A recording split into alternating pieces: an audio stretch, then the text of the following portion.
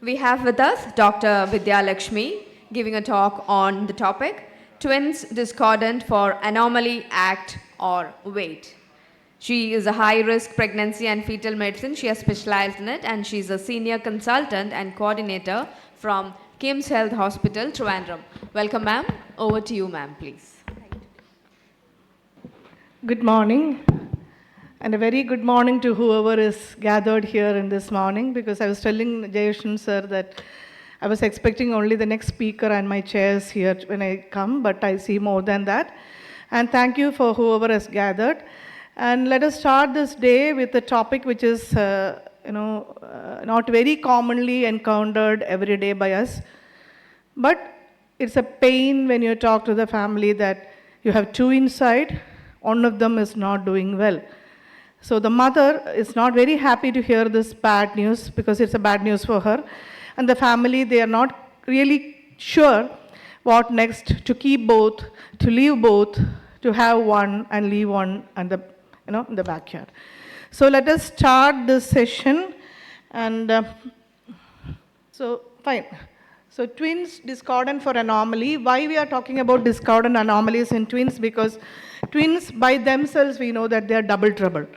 Right? Uterus is designed for one. That is why my teacher, Dr. Shamla, used to tell us at third year itself that the uterus is designed for one. When you have two, it is double. When you have triplets, you add on to the troubles. So because every baby has its own risk of having a problems inside the uterus, and the maternal complications also get in the number of times as it goes. The incidence of congenital anomalies in twins is higher than singleton pregnancies. It's almost twice the normal singleton. The most significant increase is noted in monozygotic twins. The anomalies can affect each organ system, but it is mainly seen in the cardiovascular and the CNS, followed by the skeletal, GIT, and the renal. And the concordance rate of major anomalies is around 20% in monos and 10% in di. Why? Monos share a common zygosity. And why it is more in twins? Because epigenetic factors, the genetic causes, the environmental influences, unequal placental sharing, and nutritional depletion. So how do we proceed? What is a discordant anomaly? It is a condition when one of the twins carries a malformation which is different from the other. When a structural anomaly is detected on ultrasound, which is found to be lethal means the baby cannot make it postnatal, requires a postnatal surgery, or there is an increased incidence in the functional or the neurological impairment, it is called as a major structural defect. The adverse effects are preterm birth, growth restriction, and perinatal loss. So this is one of the guidelines. It is a good practice paper which I found in the White Journal. And all twins with discordant anomalies should be seen in a tertiary care center. So how do we make a decision? Let us make things very simple for ourselves. Chorionicity, and chorionicity. Why? Because you are going to act upon based on what chorionicity it is. Second is a gestational age at diagnosis. And third is a type of anomaly. And please, it is always a non-directive counseling. It is not that what you want, it is what you tell the patient and then you take a shared decision with her, and it should be evidence-based. And do we do invasives for both, single or one? How do you decide? Dichorionic twins, you have to sample both. Why? Because you know that they are separate. Same for because you think they have a common zygosity, but still no. There is something called heterokaryotypia, which is post-zygotic mutation. So especially when they have a discordant anomaly, you have to do both samples. Meticulous mapping of twins, because we have seen patients getting referred when both sacs were sampled and finally it was the same sac, maybe it was a TTTS or there was some exaggerated liquor in one pocket. So meticulous mapping is absolutely indicated. And please respect the family wishes, because we have had several cases which I'm going to take through in the next 5 minutes. Options are selective termination of the affected fetus, terminate pregnancy, continue pregnancy with an expectant man. We had women who have gone for all the three options in spite of telling them what can happen. So in dichorionic twin, the advantage for me is what? I can just give intracardiac ACL, or I can give lignocaine to the cord or the heart. Because the feticide, I know that will not cross the placenta because there is no shared circulation to my knowledge. And monochorionic twins where we are worried. Why? Because the selective feticide can be done only by bipolar coagulation, or we do an RFA, or you can just, talk to the family that you wait and then make the call. But the problem in a mono twin, which we all know, is what? You have a shared circulation. If one of the twin dies, the lethal twin dies, you're going to have a 30% morbidity mortality for the surviving twins. So that is where you are more worried when you have a monochorionic twin with a discordant anomaly. The survival of the co-twin is about 80%, but there is an adverse neurological sequelae if you have a mono with a co-twin demise. So this is my case 1. She is a 28-year-old primigravida, dichorionic diamniotic twins. The first trimester scan was normal done outside, but there was no first trimester double marker test. She comes to us at 19 weeks, and the fetus A shows a small BPD, small head, mild polyhydramnios, and the posterior fossa was not very well visualized. So the scan which we did, the fetus A had a BPD-ACA, the second central for the period of gestation, bilaterally prominent ventricle, the scalloping of the frontal bones, and the spine showed integrity of loss of the sacral region, and the finding was an open neural tube defect with an ulnar-GLD malformation. So if you look at this, that is the first video. You can see that the spine is very close to the placenta. I'm not going to see very clearly, but we waited, and finally in the second clip, if you see, at the end of the clip, you can see the neural tube defect popping up.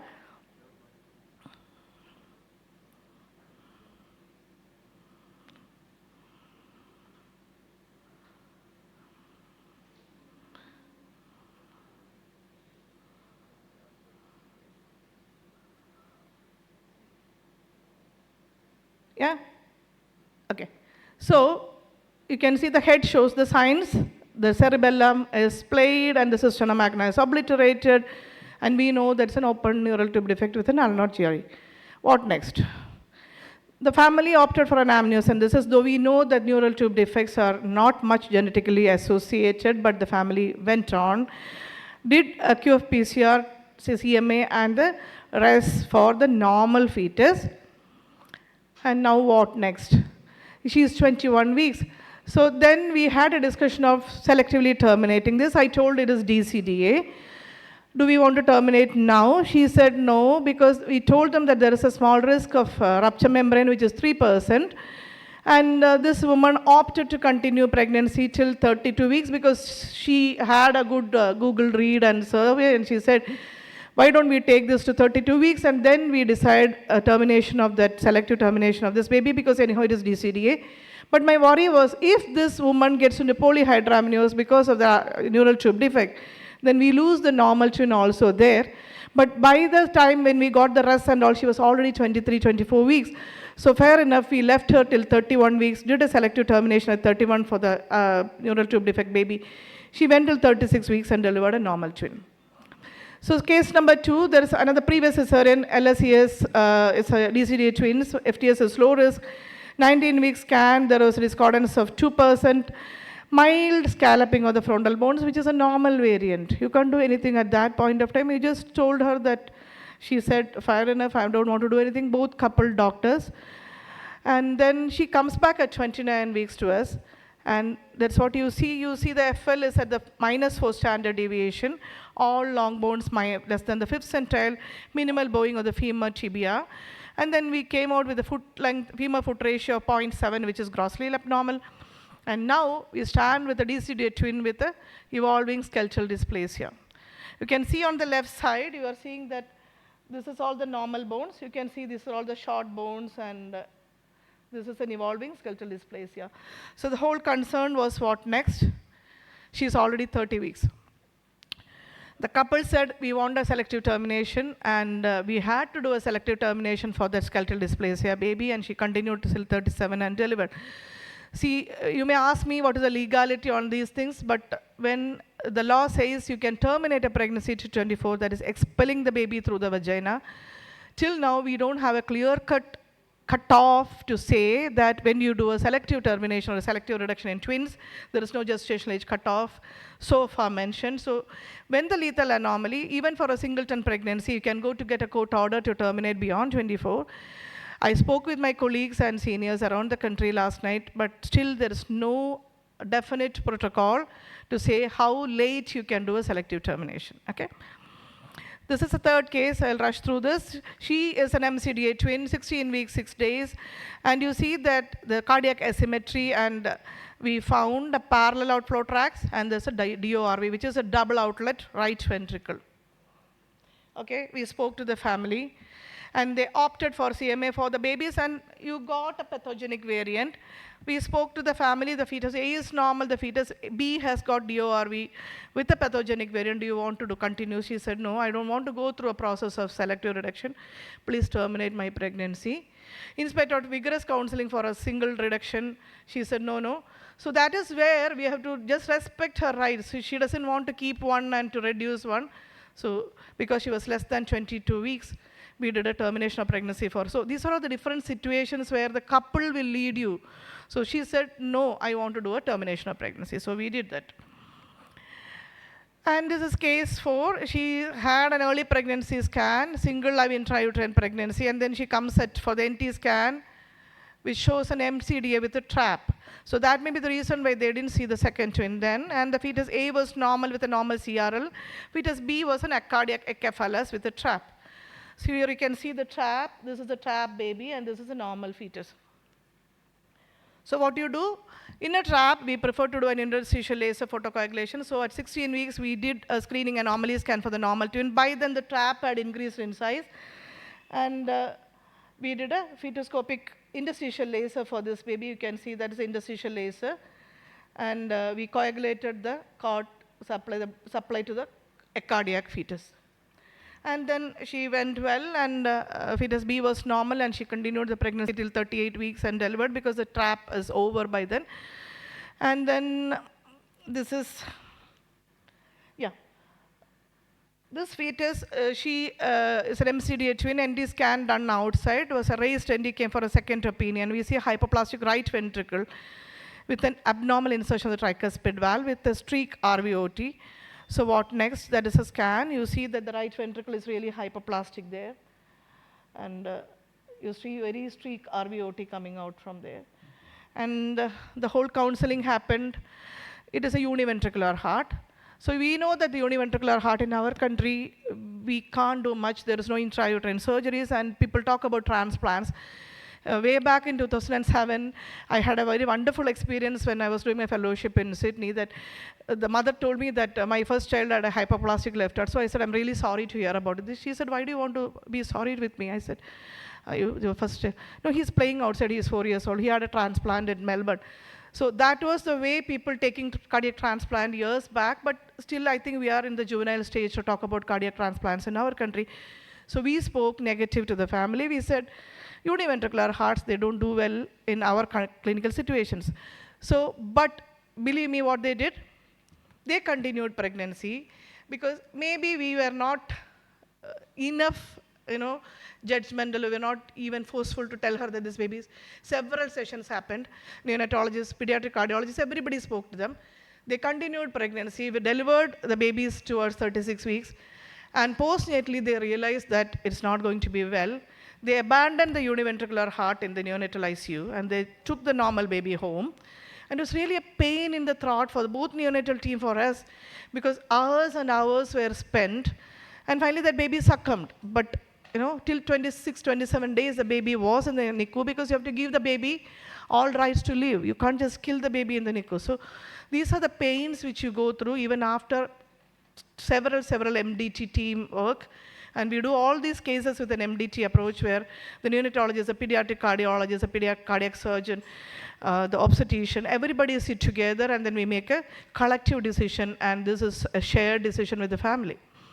So lethal anomaly, where there is a potentially lethal anomaly, conservative management is preferable in dichordic twins.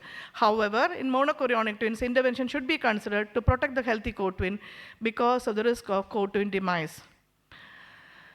Early detection of non-lethal but significant anomaly. Selective termination of the affected fetus can be done in the first trimester or early second trimester. Why? Because the risk of miscarriage in the preterm birth is thought to be lower when the selective termination is performed in the first trimester. Late detection of a non-lethal but significant anomaly, which we saw in the non-lethal skeletal dysplasia. The option is immediate termination, because this is an area where at 24 weeks, if you see, You want to do an immediate ST, which is selective reduction, or delay the ST to the third trimester to give the increased chance of the surviving unaffected twins if preterm delivery occurs. But what is the limitation in this situation? You need a fetal medicine specialist sitting inside the hospital 24/7.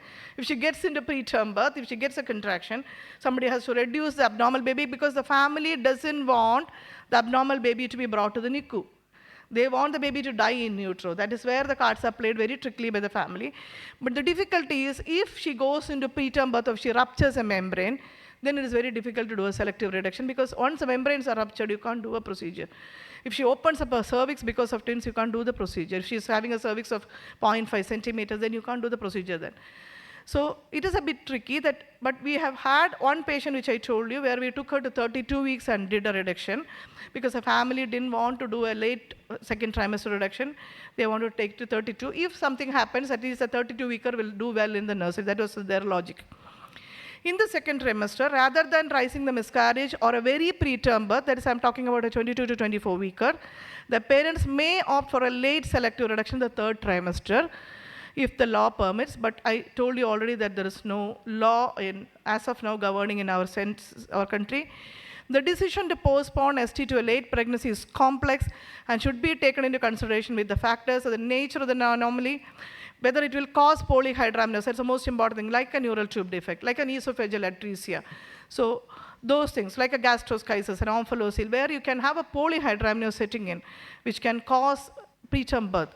Second is patient's past obstetric history, where she had 3 preterm births. You're not going to wait with this anomalous baby to 32 weeks. And the third is the course of present birth. She already has a short cervix. She is with a cervix of 1.5 centimeter. I'm not going to wait till 32. The tissue maceration of the presenting twin, that is, if you do a reduction in the second of twin, which is upper, the risk is less compared to the tissue maceration, which is going to get caused by the presenting twin, which is close to the cervix. Theoretically, it may avoid a procedure-related pregnancy loss and reduce the risk of extreme preterm births. Therefore, investigating the outcomes of the procedure performed at different gestational age may provide valuable data to optimize your timing for selective reduction. Early reduction versus late reduction, gestational age at procedure versus adverse perinatal outcome was looked at, and still we don't have an answer. But if you are doing a reduction in the first trimester, definitely we know that the chances of complications are much less.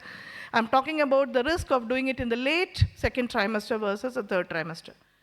So I don't want to go into the graph. You can see that the miscarriage risk is only 5% at 12 weeks, but you can see that it is almost 14% in the 20th week. So it is little exaggerated to me if you ask, but my data is not this huge enough to say, so I go by these papers.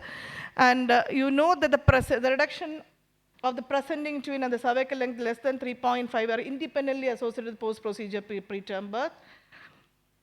And the diagnosis is made after 18 weeks of gestation. A late procedure around 30 weeks appears to be safe with better survival results of the normal cohort. So maybe by 18 weeks you diagnose, you get your CMA VES by around 20-21 weeks. There is when you talk to the family regarding talking about a late termination, which is fair enough. And the negative correlation was observed between the procedure week and the delivery week. And the earlier the ST is performed, the greater was the birth weight, which was noted. So ST of the presenting twin, which I already told, there is a higher risk of complications. So respect the patient parental autonomy, ensure an informed consent, considering the potential outcome for both fetuses. And this is my last slide. Managing discordant fetal anomalies in twin pregnancies requires an MDT approach, careful assessment of specific circumstances, including chronicity, the nature of anomaly, and a personalized plan that prioritizes the health and well-being of both fetuses. And selective termination can be offered, and the timing of the same has to be chosen with care based on the individual cases. Thank you so much, and I thank Dr. Jayakrishnan and the team Advances for having me here in this morning, and I thank each and every audience who is present here on a Saturday morning to listen to this session, and I wish you all a happy Vishu and a happy Easter ahead. Thank you. Have a good day. Thank you, ma'am.